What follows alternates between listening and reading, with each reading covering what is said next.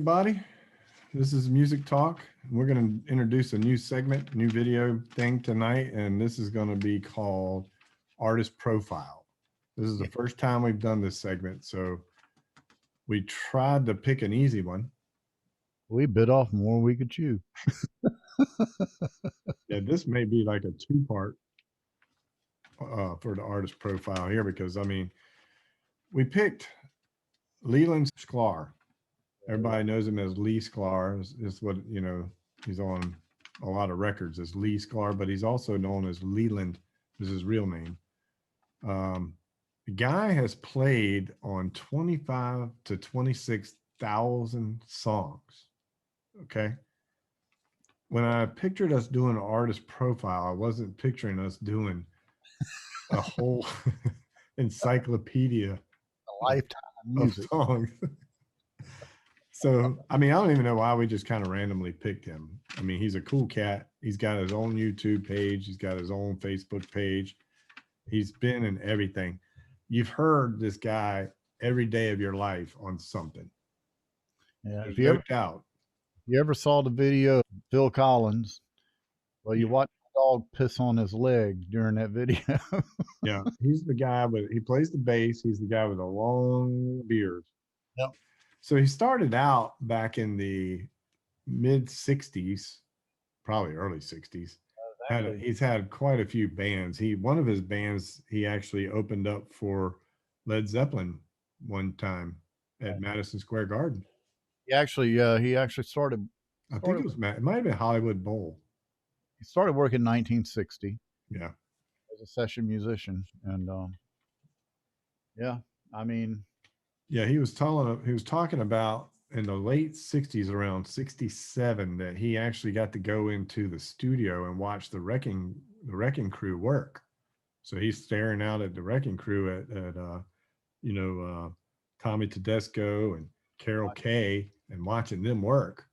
And then 3 years later, he comes back to the same studio and starts becoming the studio musician for Asylum Records. And at the time, they called themselves the Section back then. Yep. But just to tell you, I mean, this guy's played with everybody.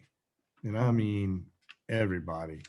I mean, I've got a list of people here, just, right off the bat is James Taylor, Jackson Browne, Carole King, Phil Collins, Clint Black. He played with the Doors, Toto, Poco, Billy Thorpe, Children of the Sun, Barry Manilow. I mean, the list goes on and on and on. I mean, everyone, George Strait, Reba McEntire, Linda Ronstadt, Mike Oldfield, yeah, man, Nigel Olsen. He played bass for Nigel. Yeah, he sure did. Yeah, it's like, yeah. It's crazy, man. I mean, there's so many people. I mean, he's been with Don Henley, Faith Hill, Roger Hodgson. If there's anybody out there that's ever put in any music out, he's been on something. Linda Ronstadt. Yeah. I mean, there's just so much stuff, man, that it's just unreal. There's a few things. I mean, we could really literally talk about this guy for months. So we're not going to do that. There's just way too much. So, spectrum. Yeah, I've got stuff that I want to talk about with him, because I mean, I know him from James Taylor, Jackson Browne, and Phil Collins.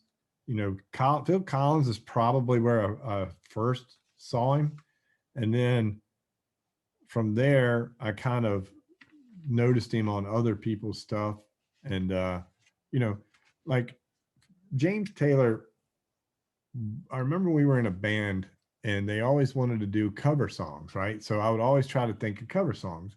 And I remember listening to that song, Smiling Face from James Taylor. Whenever I see your smiling face, I just smile myself. You know what I mean? Because that bass line in that song was always so cool to me. And I remember taking it to band practice. And back then we were a little more of a, Zeppelin-ish kind of blues rock, heavier rock. And I remember going, why don't we do James Taylor's Smiling Face? And they all gave me the weirdest look. And I'm like, if we rocked it up a little, it would be pretty cool. But I only wanted to do it because I love the bass line. And it was Lee Sklar on there. And Right. and then Steamroller. Steamroller is another one of my favorite James Taylor songs, and he's on that one. And I've got Jackson Brown stuff. There's a couple of songs on there that I suggest people check out. Like, he actually helped write Doctor My Eyes. When Jackson Brown sat down at the piano, he just played a little bit of the piano, and then the section kind of wrote everything to go with it. So he did that. Running on Empty. Everybody's heard Running on Empty. He was on the Stay live version, the everybody's heard that. He's on Phil Collins. One of his coolest bass lines is Don't Lose That Number. If you listen to that bass line in that song, it is all over the place. It is super cool bass line. So that one's always been a good one. There's Lyle Lovett. A long time ago, I saw him do this song, and he was on a songwriters forum. It was him, Rodney Crowell, and I can't remember the third artist that was on there. Might have been Willie Nelson. I think it was Willie Nelson, Rodney Crowell, and Lyle Lovett. But they were all doing songs, and Lyle Lovett did a song called "That's Right, You're Not From Texas." And I remember that song because it had this thing in there that he was talking about. He let her out of the car because she wasn't from Texas, and he could see her getting smaller in the rear view mirror, right? So then I went and found the song, and the bass line on it is phenomenal. And it just happens to be Leland Sklar, right? I'm like, man, this is just unbelievable. So then, I started the last band I was in that we were doing a lot of touring around and stuff. We used to start out with a song called Stratus from Billy Cobham. And that was on this album right here, Spectrum. And then I started thinking about it, the bass lines are so great on this album, and that song itself, Stratus, has got such a cool bass line. And I looked in there one day, and I was like, it's freaking Leland Sklar, man. I couldn't believe it. I said, all these times I've been playing this song, and I didn't even realize it was him until recently. So this guy is just, it's phenomenal of all the stuff he's been on. If you think about what has gone on in the last 60 years of music, all the way back into the 50s, you had the Wrecking Crew, and then you had the Section, and I'll guarantee you, between the two bands, between the two sections, or whatever you want to call them, that they've covered pretty much 90% of the top 40 stuff that ever hit the airwaves. Absolutely. I would say probably, with the exception of what came out of Motown, they did everything else. Yeah. I mean, maybe some of the Philly stuff, I mean, when you want to put, it's just like I know back in Nashville, when I was in and out of there, they had what they called the A Team and the B, and they were covering everything. Yeah. And if they needed to spice it up, they would call in people like Leland, or they would call in these, Benny Colletti for drums, or they would call in whoever, just to spice up the team. Yeah. And that's what we're talking about. We're talking about somebody you can grab a hold of this name, look him up online, and follow his discography, and you will never be bored. You won't believe the people he's played with. I mean, it's crazy. And I mean, I've been listening to some interviews with him, and some of the stories he's been telling. There's some pretty good ones. And when he was with Asylum Records, he had a guy, I don't know if he might have been a producer. His name was Mike Post, right? Well, many people have heard that name, Mike Post, but not because of records. It's because of, if you watch TV shows, especially in the 70s, you see that the music was done by Mike Post, right? Well, Mike Post brought the Section in to do a lot of the TV shows. So he's actually this is Leland Sklar now. He played the bass on the Hill Street Blues theme song. Magnum PI, the A Team, Alf, Doogie Howser, Quantum Leap. I mean, these are all songs that this guy's played on. I wonder if he was on WKRP. I did not see that listed. I didn't see that one listed. So that may have been more of a Motown thing. Oh, well, at the end, they got that rock and roll song, and there are no lyrics. That singer is just singing syllables. If you listen, there's no lyrics. It's just, Yeah. but But yeah, but yeah, Lee Sklar, man. I mean, I don't know if you know this, but you know that actor Ted Knight, the comedian. yeah. Mhm. He did an album. Guess who played bass on it? Leland Sklar. You know Marcia from the Brady Bunch, Maureen McCormick. She did an album. Guess who played the bass on it? Leland Sklar. Unbelievable, right? I mean, Bernie Williams, the New York Yankees guy, right? He did a classical Spanish classical album, and Leland played on that. I mean, it's just no end to this guy, man. You just Well, listen to this, okay?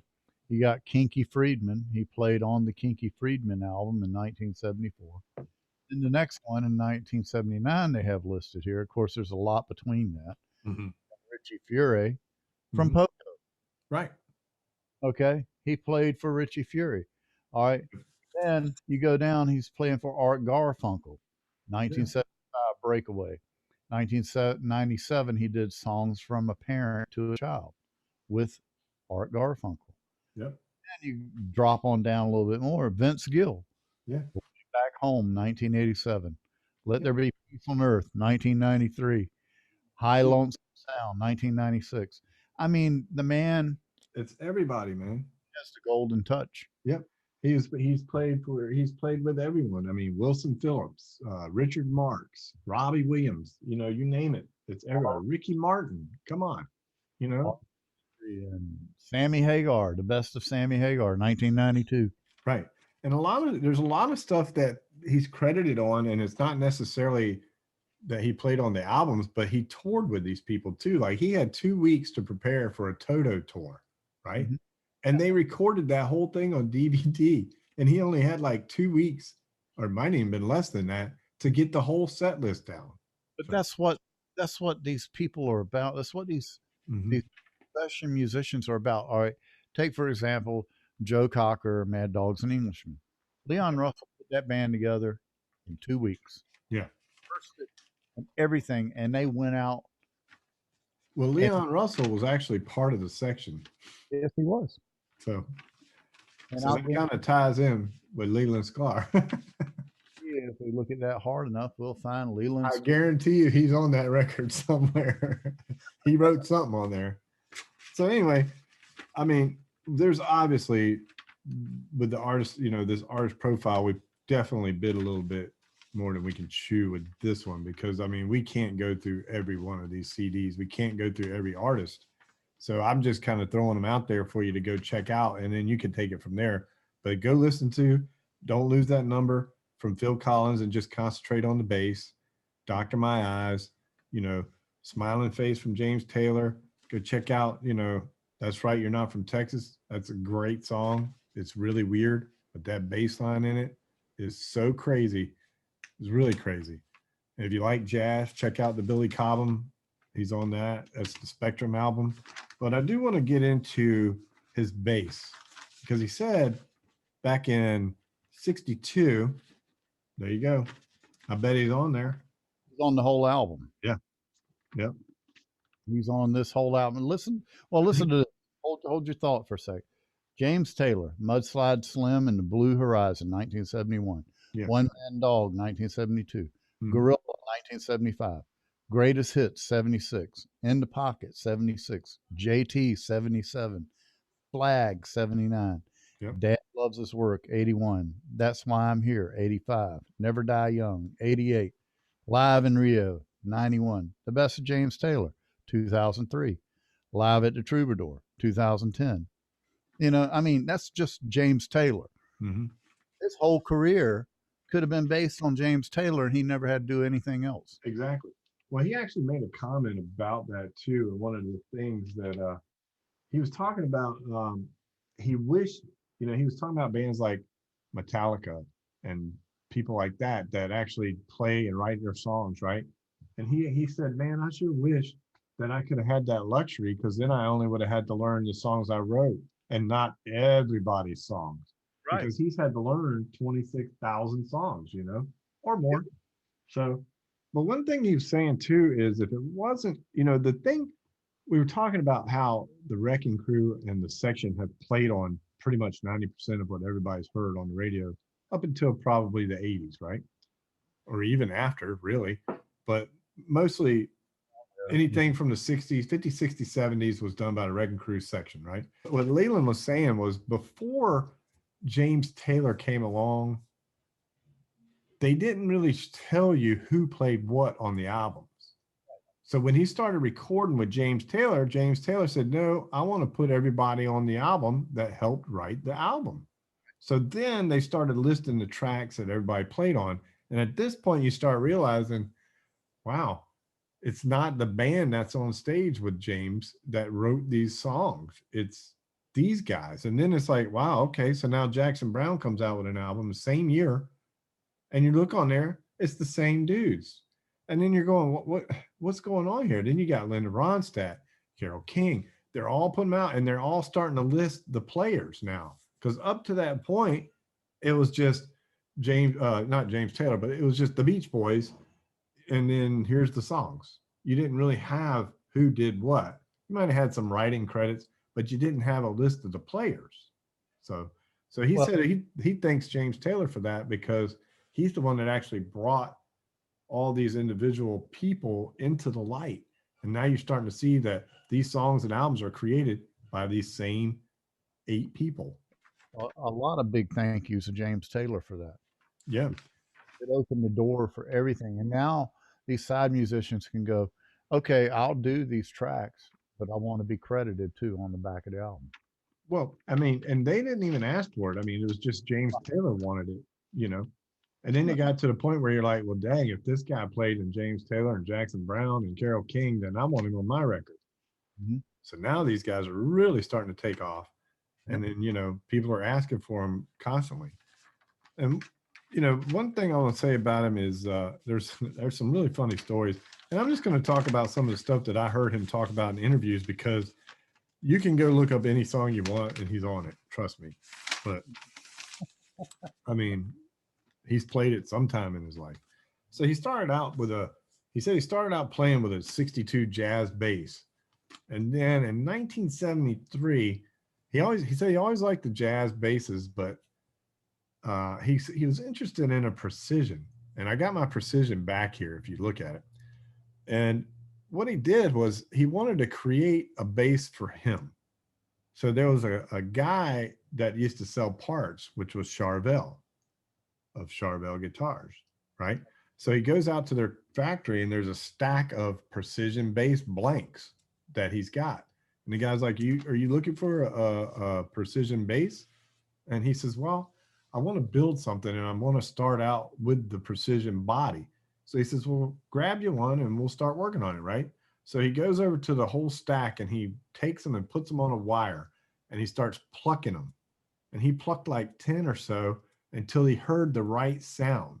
And when he heard it, he said, this is the bass. This is the one I want to start with. So he grabs it. And then he had a precision neck that he wanted modified. So he had a precision blank.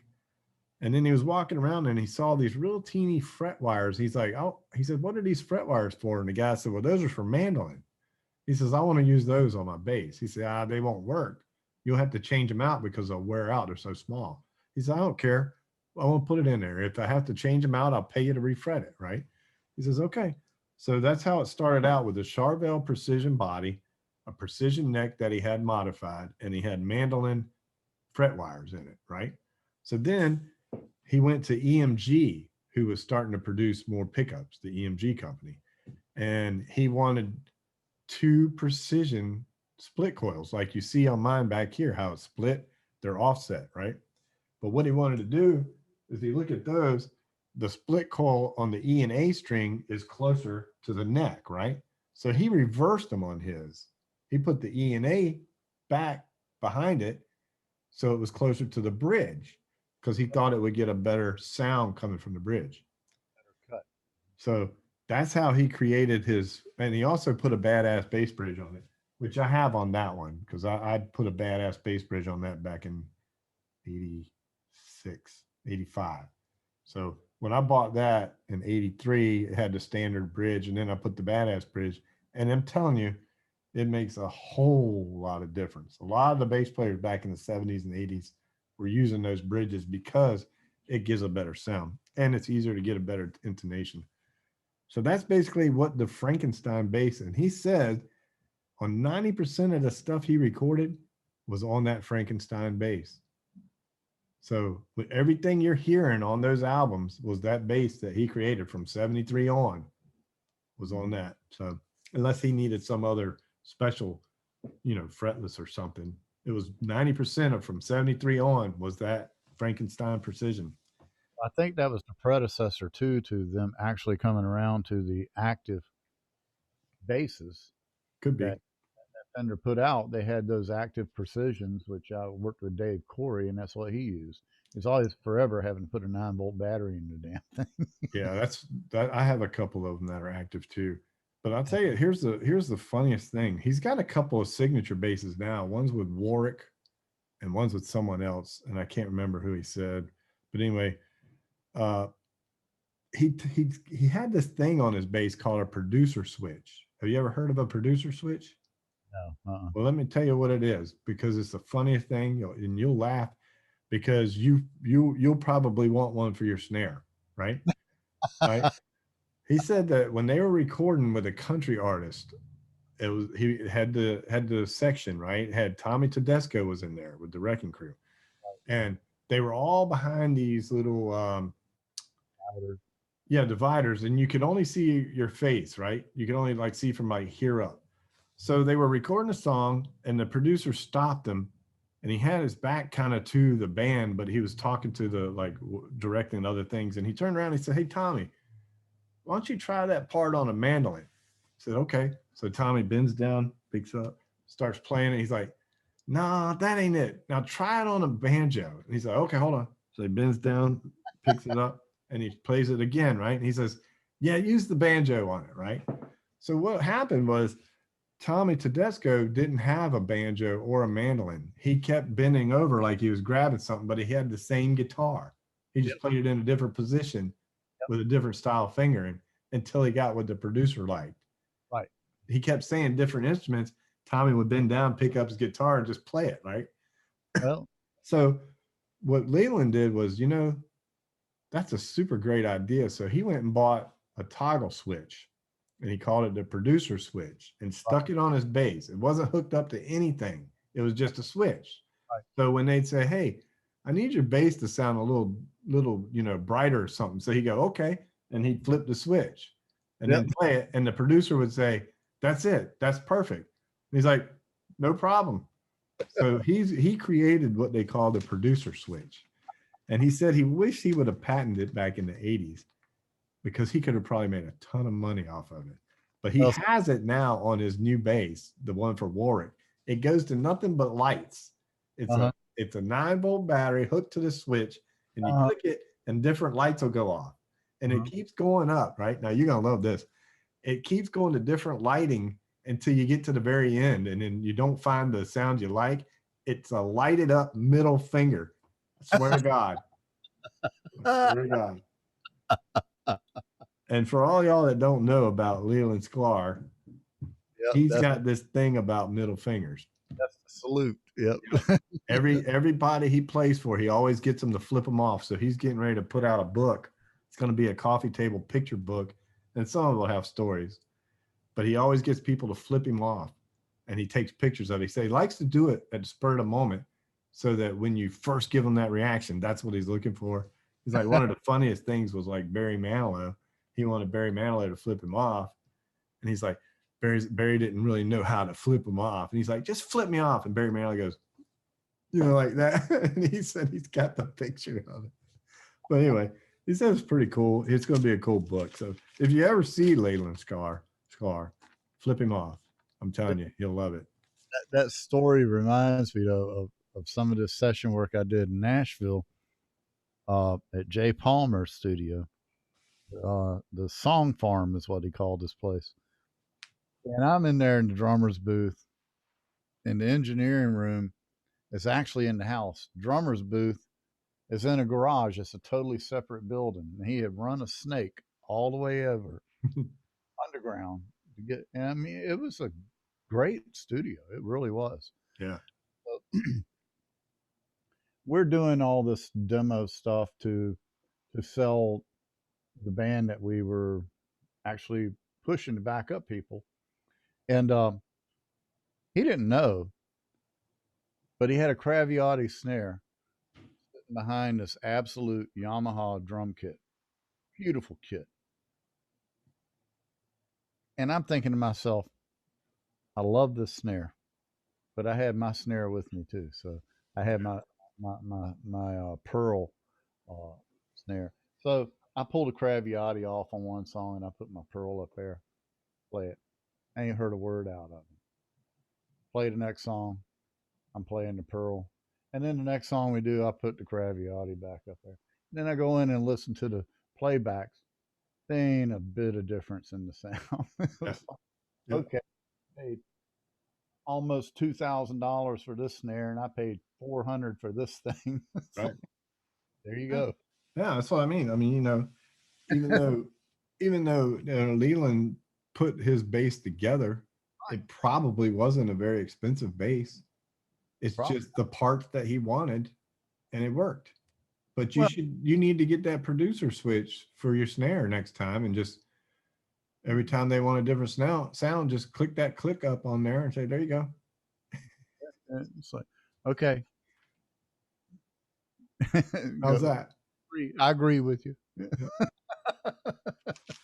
But yeah, those were some pretty funny stories. I would suggest anybody, interested in bass or just some funny stories, go check him out. I mean, he does videos all the time showing how to play his bass lines, and he's a funny guy. He's a pretty cool cat, laid back. So yeah, check him I out. love him. I mean, we could talk about him for days Yeah, and run out of stories or run yeah, out of songs that this man has been a part of. Like yeah. I said, the thing I think it brought him to the public's attention was Phil Collins. I mean, everybody was asking, who is that guy with the long beard? That dog pissed on him. You Yeah. know, the dog literally walked up and hiked its leg and pissed on him there at the videotape. Well, it's definitely that's how I actually noticed him first. And then Yeah. I started thinking I've seen him with other people. So, you know, it's kind of like Waddy. You see Waddy Watchell with everybody, you know. I equate Waddy with Linda Ronstadt. I mean, Yeah. he put that band together and directed it. You know, But it's just funny that, when you notice somebody like a Leland or a Waddy, and then you start watching concerts of other people and you notice them in the background, you're like, that's the same daggum dude, man. It's like, you know. yeah. I So think there was somebody here recently that I was watching a concert by, and Waddy Watchell was on stage with him. well, I saw a recent Stevie Nicks concert that he was playing. That's who it was. It was Yeah. Stevie. Yeah. Yep. And that's been pretty recent too, within the past 2 years. Right. Yeah. It was one of her newer ones. Yeah. Right. Yeah. And great, man. It's like, good Yeah. God.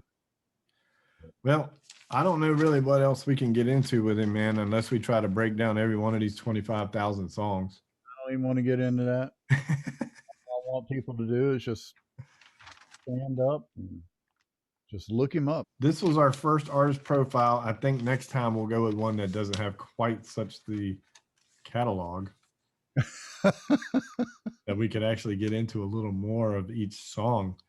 But I just who find would it you amazing that, huh? would you like to talk about next week? We'll prime people up. Well, What do you got on your mind? I'll tell you the truth. I really want to get into Ringo. Okay. I don't know if that'll be if it'll be next week, because I want to, it's, I took 7 days with Leland, right? Hmm. And I wish I would have been able to take another 30 days. Well, I Really, mean, always revisit. we could, and we may do it again. Just for the initial segment, he was a good one because there's a lot of songs that everybody's heard by him. Um, I'd like to get into Ringo because I want people to realize how good Ringo is. You know, Yes. in this situation, Leland, he's a superb bass player. You've heard him in every day of your life, at least every other day. There's no doubt that you haven't turned the radio on and heard him at least 4 times a week. So you don't have to talk about Leyland's talent because nobody really even knows who he is, first of all, but he's too great and he's played on so many things. So if you get into him, I guarantee you there's an album in your collection right now that if you look at it, Leland's on it. So, but the thing I was talking about with Ringo is people always discount him as just being a so-so drummer. And I'd like to really get into breaking down some of his drum beats, talking about what he's doing in these things, and explaining to people why Ringo is such a great drummer and he doesn't ever get credit for it. So, Yeah. Well, Ringo. Yeah, we'll save it for the Ringo. Or we'll do that next week. I yeah. will. I will say this: Ringo broke the doors down to what we're hearing today. Mm-hmm. His talent and his ideas are what you're listening to today. Yeah. Yep. And And that's kind of why I want to talk about him because people kind of disregard him. He's never in the talks of great drummers. because he never got in front of the music. He always stayed in the pocket. Mm-hmm. You knew he was there, but you just took him for granted. Yeah. Yeah. I mean, so anyway, when we do the next artist profile, I think we'll do Ringo. That's who I'm kind of shooting for. I guess we'll wrap it up unless there's anything else you want to add about Leland. Did you ever No, meet? Have you ever met him? no, I've never met him. I wish I had. Are you, Uh, are you going to grow your beard like his? no, not like his. I'm It's just close. going to keep it going, goatee wise. See, he's got the hair too, though. He's got the hair that flows into the beard and it just comes straight down. Like, You got the problem that I've had all my life, losing your hair. yeah, it's going. It's not so bad when you look at it from this, but if you look at it from this way. Yeah, yeah, yeah. Well, But Leland, actually, I don't know for sure, but was he in the Lord of the Rings? no.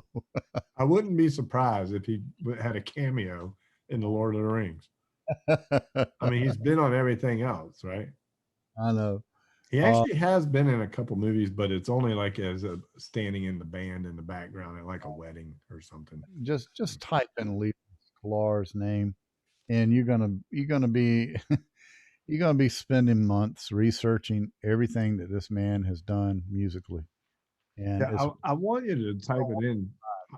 I want them to type it in for one, just so that they'll know that we're not cutting them short. It's just too much to get into.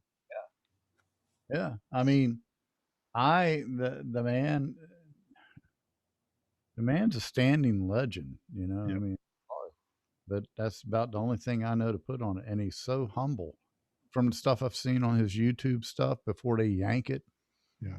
I mean, which that's another subject I don't even want to get into. Yeah. Yeah. Because they'll yank ours.